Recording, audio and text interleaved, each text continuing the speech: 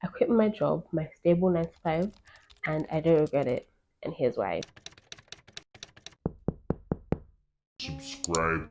Before you jump off the deep end, there are some things you should consider, things that I considered before I quit my job. Considering these things is the reason why I don't regret quitting my job. What are the pros and cons of your job? My last day of work was 25th of July, 2022. I've been working as a primary school teacher for the last 18 months. I loved working with the kids. I feel like working with kids is probably the most rewarding thing that you can do. It's fun having an impact in these kids' lives, and also the fact that you're like the coolest person ever with kids. Like, they're so sweet and they hang on your every word, you know. I loved working with the kids, my colleagues as well, and my boss was a wonderful person. Appreciation from parents and bonuses, and also lunch was covered as well. But I didn't really have holidays, weekends, hardly any days off. I wake up early to spend hours in rush hour traffic. I leave late to spend hours in rush hour traffic. I have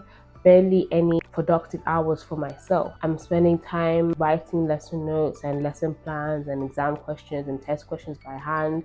I'm marking exam script, marking books, and the cons for me just outweigh the pros. Can you afford to quit? I was having a conversation with someone that told me that her dream was to pursue her passion of event planning, but she studied accounting in university, so she got a job as an accountant. So this job as an accountant was something that was supposed to be temporary, right, to fund her dream of establishing her business as an event planner. But as time went on, she now got responsibilities. Even if she decided to quit, but she didn't want to put that financial pressure on the family of her quitting her job to solely establish her business of event planning. Time is moving on, and her dreams of being an event planner are being sidelined. I'm 26, going on 27. If I had my own place, if I had my own bills, would I be able to quit? Could I afford to quit?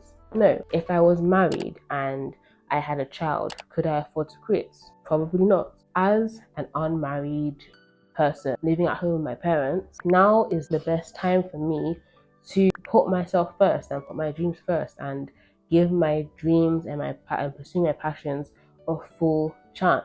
Obviously, it's not ideal, but I see this as a tactical retreat, something that's a necessary evil, if you will, for the present moment, so that I'm not stuck in this cycle of living paycheck to paycheck and not having time for myself. The choice I made to quit my job affords me the time and the flexibility to actually pursue my dreams, pursue my passions, and make my dreams a reality. I know that sounds kind of like wishy-washy, like this girl's, being naive, she's living in fancy land, but to be very honest, to be frank, it's only up to me to make my dream life. And it sounds like all this motivation, aspire to aspire stuff, but it's real. If I don't give my dreams a chance, if I keep sidelining it to do what's proper or to do what's, conventional, I'm gonna be unhappy.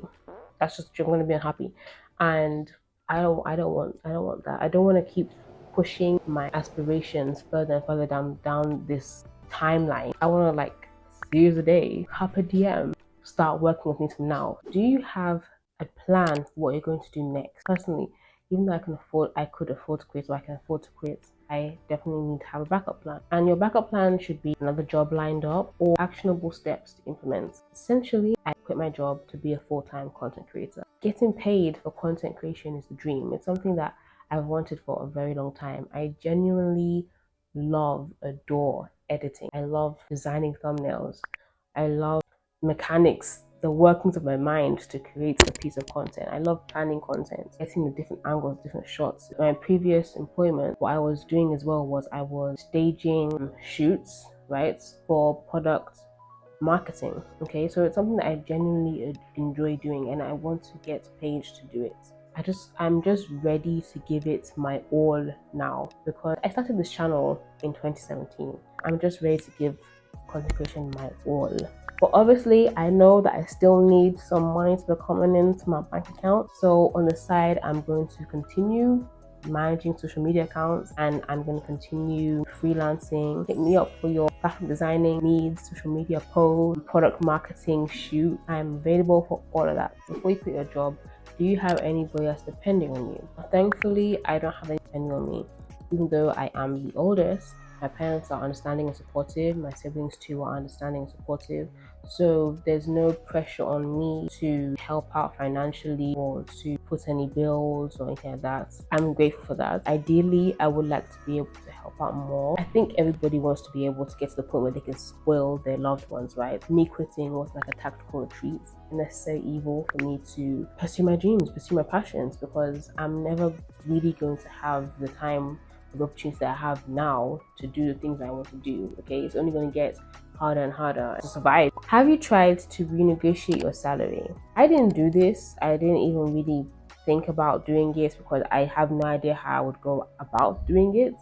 But if you do have an idea about how to go about it, if you know how to go about renegotiating salary and how to do that, leave it in the comment section down below. For me personally, I didn't bother. I felt like I don't know, but living in Nigeria, I've never heard of anybody doing that, and I didn't think it was something that I wanted to try, because at the point I decided to quit my job, I was fully secure in that decision. I knew it was what I wanted to do. I didn't have anything that would make me stay. But I mean, a higher salary would have made me stay, but I didn't feel comfortable asking for the amount that would have made me want to stay, if you understand what I'm saying. It was an option that was suggested to me by my friend when I told her that I was considering quitting. She actually suggested that, Joshie, have you tried renegotiating your salary? Have you tried asking for higher pay? Because if you were paid so and so amount, wouldn't you want to stay? Wouldn't you stay at the job?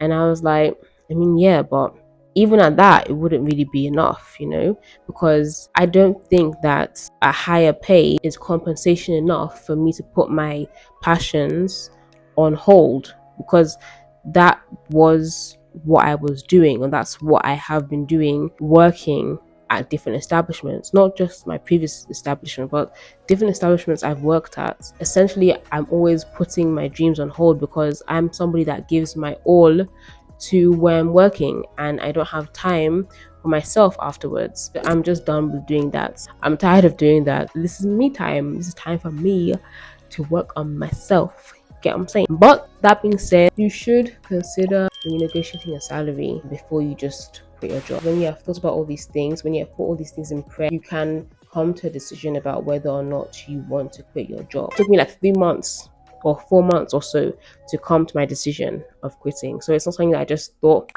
I'm done, I'm going to quit. No, no. I thought that this would be an insightful video to share, so that anybody who's maybe in this position, it gives you somewhere to start. Like, these are things that you should think about. Things have changed. I feel ready to give myself and my dreams like a full chance. And I think that means something different for everyone. If you like this video, please give it a big thumbs up and watch this video right here. Thanks so much for watching. Bye.